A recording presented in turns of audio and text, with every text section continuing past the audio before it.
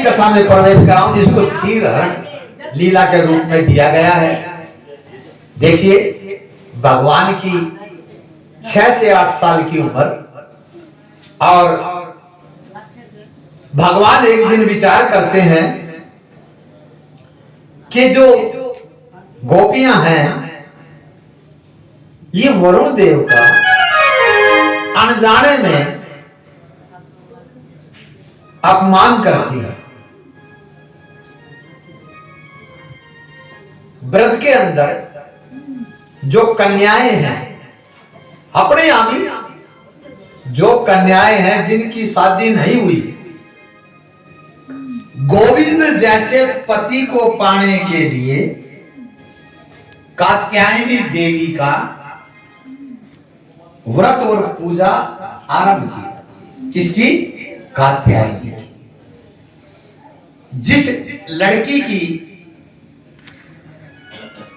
शादी में यदि कोई दिक्कत है, रिश्ता बन नहीं पा रहा, तो माता कात्यायनी देवी का व्रत करना चाहिए। सूर्य उदय से पूर्व उठना है, स्नान आदि करके बालू की मट्टी की माता कात्यायनी देवी की मूर्ति बनाकर चंदन, धूप, नैवेद्य, प्रसाद, पुष्प और अक्षत और फलों से पूजा की जाती है। जो पूजा में लगता है वही सामान। और वे कन्याएं प्रार्थना करती हैं, मंत्र भी बता देता हूं, करोगे तो उसका फल जरूर मिलेगा। कात्यायनी महामाये महायोगिन्य धीश्वरी। फिर सुन लो, या भागवत में आप देख सकते हो, 10वें स्कंद 22वां अध्याय का 4th श्लोक के अंदर इसका वर्णन है। कात्यायनी महामाये महायोगिन्यधीश्वरी नंद गोप सुतम देवी मतिम में कुरुते नमः। इस मंत्र का कात्यायनी देवी की जो कन्या पूजन करती है उसे मन चाहा पति की प्राप्ति, ऐसा भागवत के अंदर वर्णन है। अब भगवान विचार करते हैं 6 से 8 साल की उम्र में कि ये पूजा तो करती हैं, लेकिन इनसे अनजाने में एक दोष हुआ है। और वो दोष क्या होता है कि यमुना के अंदर ये अपने कपड़ों को निकाल करके यमुना में नग्न अवस्था में स्नान करती है। तो भगवान लीला करते हैं। 6 से 8 वर्ष की आयु भगवान की है।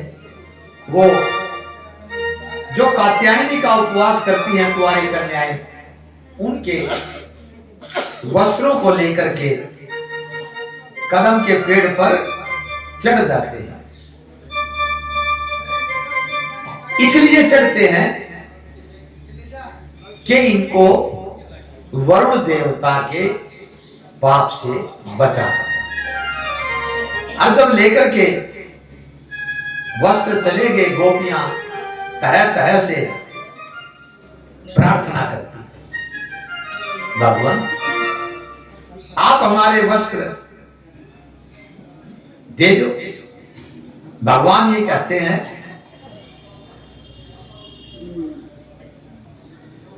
तुम जाने अनजाने में वरुण देवता का अपमान करती है। जो जल के देवता है वरुण, उसके अंदर बहते पानी में नग्न अवस्था में स्नान नहीं करना चाहिए। वस्त्र देकर के भगवान ने उनको शिक्षा दी और बताया नग्न अवस्था में कौन कौन से काम नहीं करने चाहिए। स्नानम दानम तथा होमम शयनम गमनम भोजिम गोवर्धन क्या रखी है लिया है ठीक है। अभी गोवर्धन का मैं बोल दूंगा।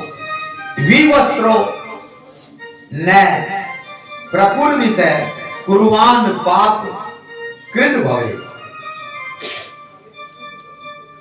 गोपियां प्रार्थना करके भगवान से वादा करती हैं कि हम आज के बाद यमुना के अंदर कभी नग्न अवस्था में स्नान नहीं करेंगे।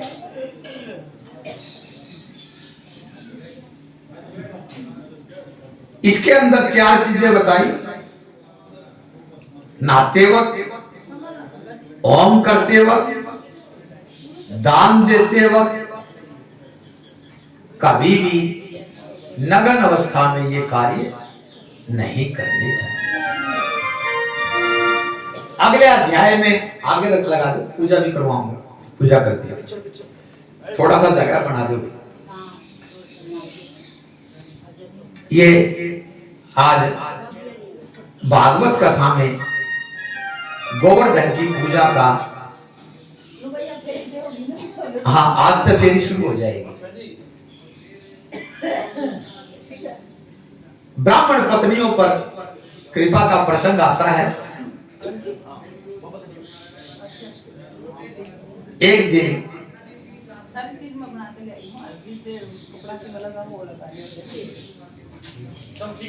तिलक कर दो, वह सारा मैं करवा दूंगा। एक बार बाल गोपाल वन में इकट्ठे थे। बाल गोपालों को भूख लगी। प्रभु आज भोजन करने की इच्छा है। भगवान ने कहा भाई वहां पर ब्राह्मण पूजन कर रहे हैं, वहां पर चले जाओ। ब्राह्मणों के पास गए, उन्होंने कहा अभी पूजन संपन्न नहीं हुआ है, भोजन से इनकार कर दिया। जब बाल गोपाल वापिस आए तो भगवान ने कहा अब तुम ब्राह्मणों के घर जाकर के भोजन की याचना। सभी बाल गोपाल गए। ब्राह्मणों ने सुंदर भोजन बनाया और जाकर के मेरे कन्हैया बलभद्र और सभी गांव ग्वालों को भोजन करवाया। अब वे ब्राह्मणी कौन थी? वे पूर्व जन्म में सप्त ऋषियों की पत्नी थी। एक बार अग्निदेव इनकी सुंदरता पर मुग्ध होकर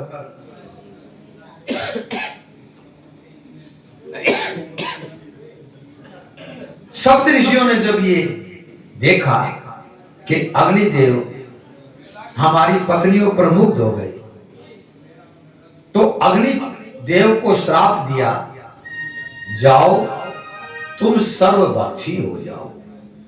दुनिया में एक अग्नि ऐसी है, इसमें कोई भी चीज डाल दो सभी को जला देगा। तो ये अग्नि को सप्त ऋषियों का दिया हुआ श्राप है। और ब्राह्मण पत्नियों को जो सप्त ऋषियों ने अपनी पत्नियों को श्राप दिया, जाओ तुम मनुष्य योनि में जन्म लो। और जब भगवान कृष्ण तुम अपने हाथों से भोजन बनाकर खुआओगी तो भगवान को अन्न भेंट करने से तुम्हें पुनः इस लोक की प्राप्ति हो। इस प्रकार सप्त ऋषियों की पत्नियों का भगवान आज अन्न ग्रहण करके उनका उद्धार करते हैं। भगवान छोटी छोटी लीलाओं से बहुत बड़ा कार्य करते हैं। आज बहुत ही शुभ दिन है। कि गोवर्धन की पूजा, मैं आपको गोवर्धन की पूजा की कथा में प्रवेश कराऊं। सुखदेव जी कहते हैं, भगवान नापि तत्रेव बलदेवेन संयुक्त अपश्यन वसन गोपींद्र याग कृतोद्यमा। एक दिन बलदेव के साथ गोकुल में देखा कि सभी गो पूजन, इंद्रियाग तैयारी सुंदर सुंदर पकवान बनाकर कर रहे। अब भगवान विचार करते हैं, पिताजी नंद बाबा से पूछते हैं, ये यज्ञ कैसा होता है? अब यज्ञ के बारे में, इसका फल क्या है? हमारे यहां तो कोई कमी नहीं है, तो आप ये यज्ञ किस लिए कर रहे हो? बाबा कहने लगे, हम इंद्र देवता की पूजा की तैयारी कर रहे हैं। इंद्र देव की पूजा करने से इंद्र देवता वर्षा करते हैं, जिससे हम अन्न धान उपजा करके अपना पालन करते हैं।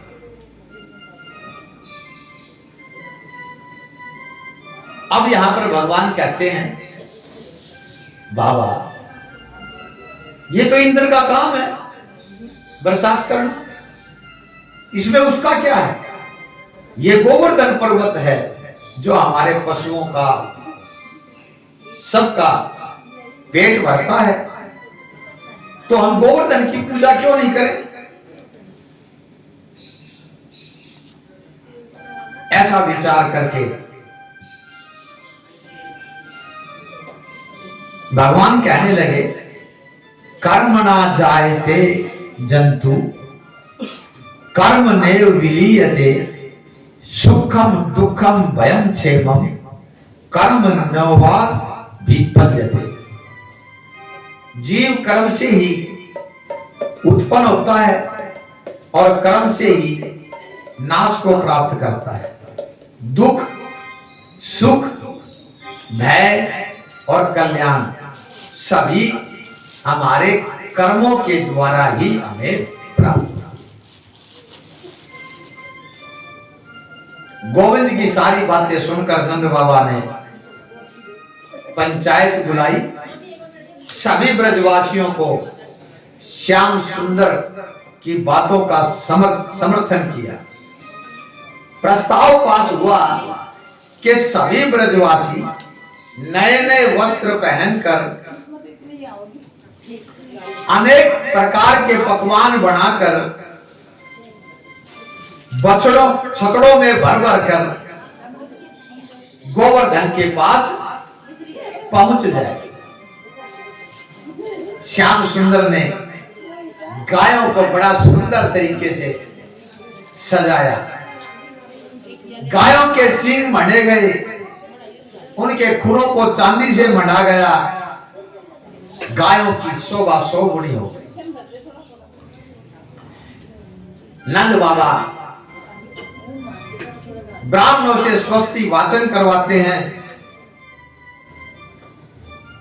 गिरिराज महाराज और ब्राह्मणों को बलि का निवेदन किया, गायों की पूजन करी, उनको हरी हरी घास दी और भगवान कृष्ण ने गोपों को विश्वास दिलाने के लिए स्वयं भगवान गोवर्धन पर चढ़ गए।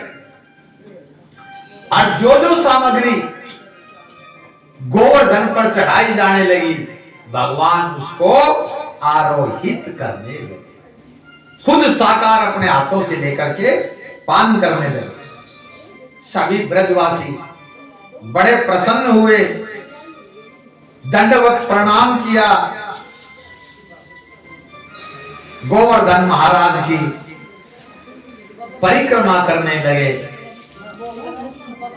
इधर जब गोवर्धन की परिक्रमा लगा करके इंद्र को पता लगा कि ब्रिजवासी तेरी पूजा न करके गोवर्धन की पूजन कर रहे हैं। बड़ी भयंकर बिजली कड़की, तीव्र आंधी के साथ, बड़ी बड़ी बूंदों के साथ ओले और जलावृष्टि होने लगी।